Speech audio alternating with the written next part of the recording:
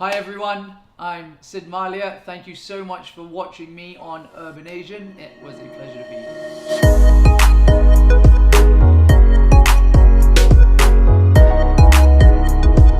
Hey guys, I'm Natasha Chandel for UrbanAsian, sitting with actor, model.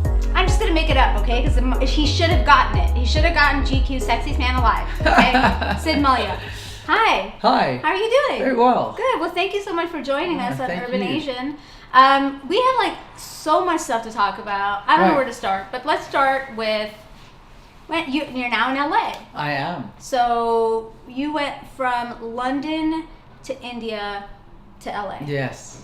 How are you liking it? I love it. It's good. I've been here. It's been a while now. It's been about 5 years. Yeah. So it's home Yeah. now. India was very short, in between in comparison to my time in London and here. Yeah. So that was before. That was never home. This I now at least can class as home, which is nice. Yeah. What did you notice as like the biggest difference in lifestyle from the two? Because for me, I don't East think Coast you can are even. very different. I don't think you can ever compare Yeah. Bombay and LA. Yeah. But coming to compare it to sort of London, it's where I grew up in the UK. I actually grew up about 45 minutes south of London in Surrey. I went to boarding school in the countryside, and you were kind of pushed to do a lot of outdoor activities. And I think LA is very similar, California in general, because it allows you to live that outdoor active lifestyle. Yeah. So that's a nice sort of similarity between the two. So how was the transition for you to LA? Like, was that difficult? Yeah, well, definitely leaving friends behind. Yeah. I can't say leaving India was hard at all. Yeah. If I'm going to be honest. Yeah, but, definitely leaving friends behind. But I guess that's been the most important thing for me. But it's nice because now when I go back and see them, there's also, it's much stronger, that bond. Oh, yeah, it is. So, yeah. And you can tell which ones stay around. Right, 100%. Yeah, you see the good ones. So, you are single, relationship, what's your status? Single. Okay, Single, okay, hey, Yeah. ready to mingle? Absolutely, I'm always ready to mingle. Okay. Always. So, how has the dating scene been for you in LA? Oh, it's kind of hashtag swipe right.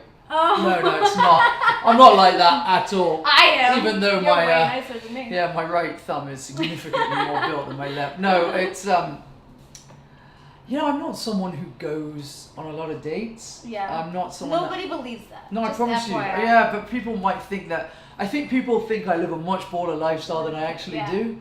But I'm 30 now. I'm not 21 anymore, and it's kind of like. Can't be bothered, if I'm going to be honest. Like going out on random dates with people for the sake of it is just like, no. How does it feel though dating in LA? Like because everybody says it's very difficult. Yeah, types of people, or have you? Trying to actually think how many dates I've ever been on in LA. Really? Yeah, I was in a relationship up until it's coming up to 2 years. Yeah. But one of those 2 years I was back in London at drama school, so. I moved back to LA now in January, so I've been here about a year. I think I've dated. Yeah. So. Yes. Since we're talking about dating, I know. It's not that I'm curious. Really? It's that other people are curious.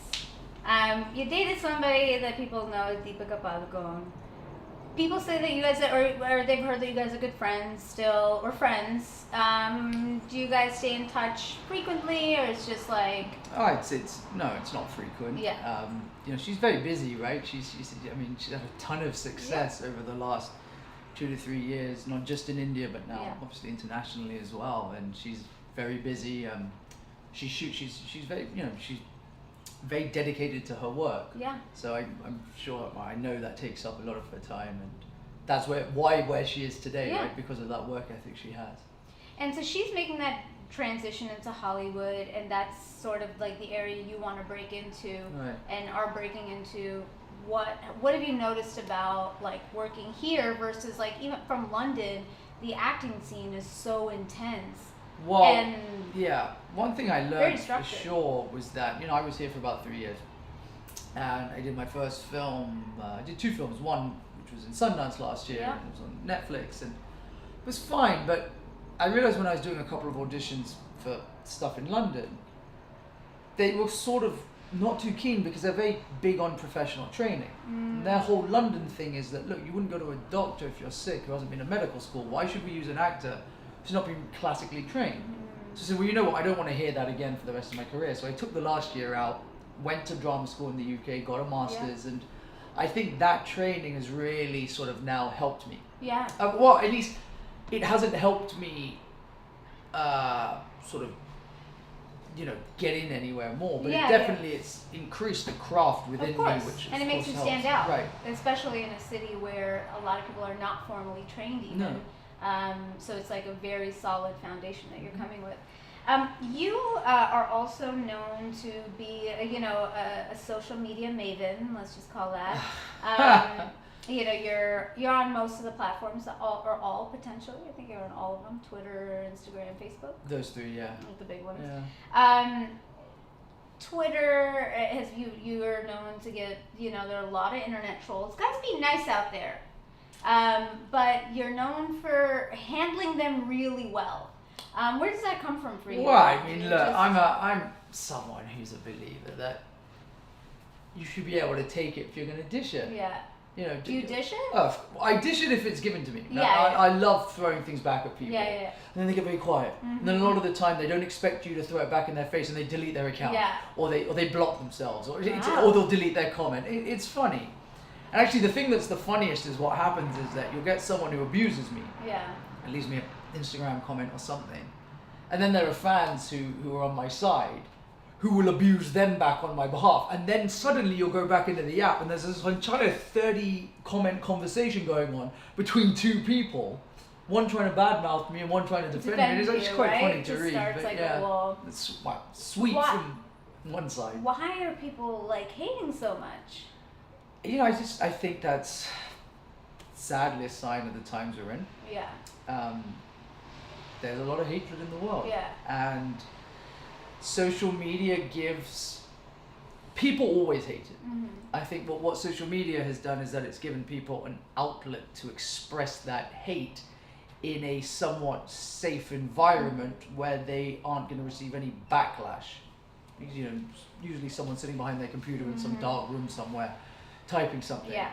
So for them it's a safe way to get that hate and anger and jealousy and angst, whatever it is, out. Does it ever bring you down? Yeah, of course. Yeah. I mean, I'd be lying if I told you that it didn't affect me sometimes. Yeah. Right? And if the greatest thing, people are like, just ignore it. I say, you can't just ignore something. It's like just the stupidest bit of advice you can get given. Yeah. You stay positive, of course, but there are the odd times you'll read something. It's not really the stuff they write about me that gets me down. So when you read stuff about a parent, yes, it's difficult. Yeah. Of course it's difficult. Yeah. So there are times. And conversely, I'm sure they feel the same way when it's about you. It's like everybody feels like if you give it to me, I can take it, but don't hit my Sure. family I mean, my mother isn't on any of these platforms. Thankfully. Probably, yeah. Probably for the better. Probably because she probably doesn't want to see the stuff I post either. But, no, it's funny. She'll get a phone call being like, "You put a picture up of me on Instagram." I said, "Well, how do you know?" She's like, "Because the paper printed it in India, and my cousin phoned me and said there's a picture of you in the paper, and it was taken from his Instagram account." And I was like, "Yes, but don't worry, you look nice." Da da da da da da da. So thankfully though, she doesn't have to read or see the comments I get. Yeah, and does she give you any advice on how to handle that? No, I think she's very honest in that, in the sense that what do you say to someone? Really? Yeah. You just be like, you be there for them. Yeah. That's it. Yeah. This is me directing things to you guys out there. Everybody be nice. You also work with charities, that's an important part of your life, and can you tell us a bit more about that? Yeah, so I've been supporting a child in the blind school in Bombay, the Happy Home and School for the Blind. Blindness, is that the right word? That's something that's actually quite close to me in that, we're very fortunate in life. The world is a beautiful place, and we get to experience that because of the gift of sight. and I couldn't imagine a world where I had my sight taken away, and especially with kids. Yeah. And I'm very big on sort of trying to help, or at least give them the best possible care. And what's very inspiring about the blind school is that, because I visited it a few times, and you know, there was this one time I was walking down the corridor and the school bell started ringing. It was end of the period. And I don't know, I expected, you know, the kids to be walking slowly into having some guide, but everyone's blind. They can't see. Yeah. But they were just running around as if, like, you know, knowing what was there, the walls were there, like the camaraderie and everything. And it was just humbling to see how happy and how they just got on with life. Yeah. And I was like, all right, well, if there's a little thing, even if there's a little portion that I can do to enhance that for anyone, then I'm going to do it. And how did you specifically choose them? Was it just through No, research? you know, my grandmother, who's very philanthropic, she works a lot with water conservation. And she knew someone at the school. And I'd always talk to her about wanting to do something for blind, and that's how we kind of got involved in it. And, you know, when I was in India in the business, I was part of the Royal Challengers Bangalore, the IPL team that I used to run. And I took Chris Gale, one of our players, to the blind school because they actually asked me, they're like, can you please bring him? And I brought him, and to think how happy it made a bunch of kids who've never seen who Chris Gale is, and he played cricket with them and everything. And it's just that is children as well is another thing that I think it was blindness and kids, and it sort of both fed hand in hand together, because you know, I was very fortunate growing up as a child to have experienced so many things and to have had the means to do that. By no accomplishment of my own, but just purely by the chance that I happened to be born into a certain family. And I know there are kids out there who wouldn't have had those opportunities. And, you know, I believe all kids should have the chance to be happy. Yeah. So it's really great that you continue to give back when you're in a position, you know, to be able to. Yeah. And you also, you know, switching gears a little bit, everybody knows that you had a YouTube channel for a while. I did. And you did this very entertaining video series called CID Session. Yes. Where did it go?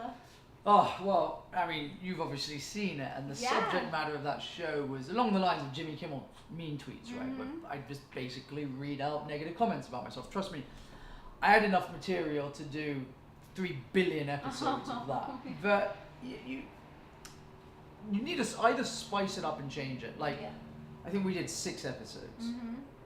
5 were, maybe 6, I can't remember. There was, I think there was 4 normal ones, 1 which was just based on Kingfisher Airlines, and 1 I had Nigel's Fuckery on it, right? We did this Christmas special. So I was like, well, if I continue doing this, there has to be some sort of guest on it now. We need to change it, because people loved it, but I just felt like, you know, you can get a bit repetitive, so quit while you're ahead. Yeah. And I still get messages all the time being like, please bring it back, please bring it back, please bring it back. So maybe we'll bring it back. Well, it's nice that you can, like, you know, poke fun at yourself and, like, and other people, really, when it's deserved. You know, if you can't laugh at yourself, then what's the point? And the other thing is, you know, when you make light of a negative situation, it kind of blunts that person. It takes the power away. It's like, okay, fine, you've tried to abuse me because you think for whatever reason it's going to bring me down or whatever, but hey, I've just turned it into a joke. Yeah. Yeah, Thanks. It completely takes the power away from that. Do you think that you want to do other kinds of YouTube videos? You like that platform? YouTube, yes. I mean, it's definitely, nowadays it's just another route of distribution. I'm not so sure I'd go down the vlog route of being Sid. But going down, you know, like how Sacha Baron Cohen has Borat, he has Ali G, he has Bruno. Coming up with something where it's an alter ego is definitely a possibility, because that's still acting. Yeah, it is, of course. But just me talking about my own opinion, maybe not. And what kind of stuff would you like to do in terms of the acting side? Because you said, you know. Yeah, you mentioned Ali G a couple times, so I'm feeling you're a fan. I'm a huge, so do you like comedy fan. versus drama? Do you know, I tell you, Borat, I think is possibly one of the greatest examples of disappearing into a character there's ever been. Oh, yeah. It's just the way he commits to his characters. Now, you see, I grew up in the UK watching Ali G when it was raw and new when it first came out. And he used to live in Staines, and that was like this really bad area, which is actually 10 minutes away from where I grew up. Which today, Staines is like one of those redeveloped, beautiful places. And I always just love the fact that this is a guy who's so versatile and can disappear into things. Gary Oldman's another example. I mean, there's this new Churchill film coming out. I'm very interested in acting and being able to disappear into different and explore. Fine, okay, Borat was a joke, but it's still, the idea was of a foreigner coming to America and trying to deal with American customs and cultures which were alien to him. Yeah. So being in a situation where you can explore someone that's different to you, I think that's very appealing. Well, and he created a whole reality around it, right? 100%. Like what were Borat's likes, wants, needs, all of those things. So that's what came out. That's what made it so, like, genius. Do you like comedy over drama? Do you have like a preference? I like both. I like British comedy a lot. Oh, it's so stuff like good. The In-Betweeners and films like Snatch, like Guy Ritchie stuff is just gold. I grew up watching Fawlty Towers. Right, of course, Keeping the classics. Up Appearances Yes. and just like, do you think you want to go back there and do stuff, or you want to try to stick out here for a while? You know, wherever the opportunity is. I was born in LA. So for me to be here, I'm an American citizen. So it's actually easier for me to work here it is in the UK. So it really, I'm fortunate in that route that I have opportunities in both.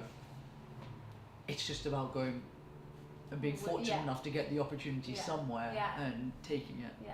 And you have, you know, the whole superhero thing is like really big right now, like all the Marvel, DC movies and whatever. I always joke, like when I growing up, like I always wanted to be Wonder Woman. There we go, got a Wonder Woman badge on. Exactly, because she was, you know, the only one who was, you know, dark haired.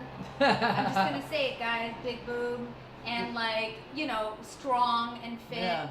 I just never knew that she was 6 feet tall, but otherwise that would be like my dream character to play. Like, do you have any superhero that you're like, that would be my dream? Why? To play, Tony Stark would have been cool. Yeah. But he did such a good job with that. Like, I think that's just like everyone's like, this guy's just cool. Yeah. I always liked as a kid Spider-Man. Just because he could climb up walls, right? And that was like, cool, hey. But yeah. Spider-Man would be cool. I like Spider-Man. I like them all though. Yeah. Yeah. Did you grow up like watching those kinds of things, or like what were you into? Yeah, I like comics, but no. I mean, for me it was about Ninja Turtles and Power Rangers. Yeah. I wanted to be Raphael, the Ninja Turtle, more than anything in the world. The angry one. Yeah, like the rebel. So tell us more about, like, what are things about you that people don't know? Like, is there anything that, you know, of course we have, people think that they know you at this point. Yes. But it's like the way they said in the diary of the old MTV series, you think you know, but you have no idea. Yeah. What can you tell people about you that they don't know? So, I'm really not as I said, as baller as perhaps people think. Oh, right, because people think you're like a super womanizer. Yeah. People think that I'm like, you know, I've got everyone in the world. Yeah. But I don't see myself, you know, when I was in my 20s, I was young and single. And I don't feel like I did anything more than any other normal 20-year-old. It's just yours was documented. Yeah, it was all documented. And for people don't know about me, you know, I'm in bed by like 9 p.m. Really? Me and my dog, we're in bed together at like 9. I'm up at 6. I meditate. I like living like. Yeah. There's this whole persona that he's out and he parties and he drinks and he does drugs and he does this and he does that, and it's like, that's really not the case. Yeah. But, yeah. Are you? So you said you meditate. Are you into Your shirt also says something. Spiritual gangster. Yeah. Yeah, that's just the shirt. No, I'm transcendental meditation. He's like, that part's not me. No, just the gangster part. No, well, I've got to be spiritual. My name's Siddharth.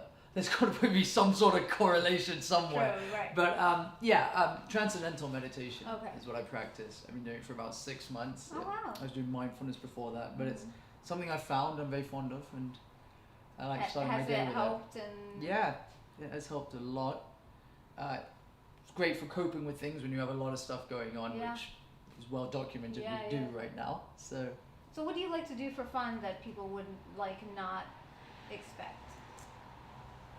People don't expect. I just like being around people, friends. Yeah. As long as I'm with good people, like fun people, I can be anywhere.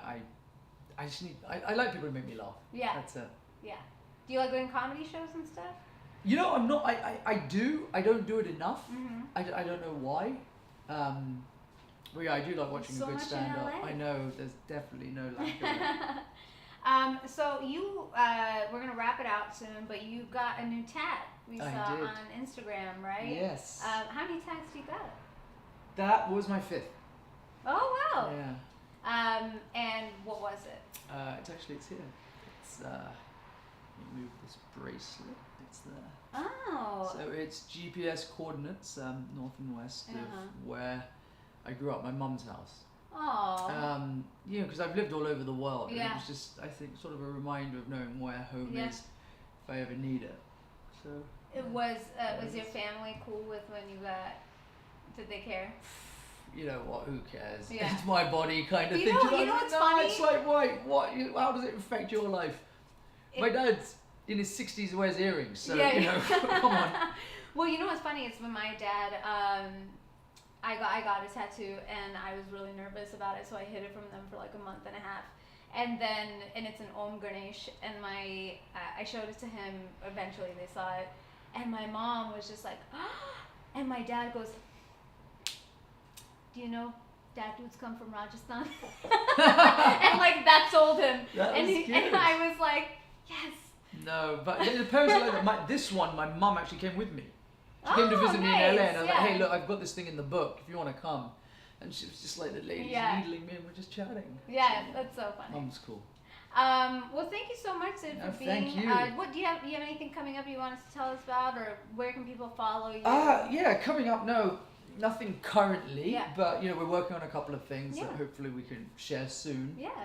But yeah, if you want to keep up or follow, it's Instagram and Twitter. It's at Sid Mallya, SIDMALLYA. Facebook as well, Sid Mallya, the same name. So nice. Yeah. And none of that have a follow stuff. and see what you think. Well, thank you so much for being here with us on UrbanAsian. Everybody, Sid Mallya.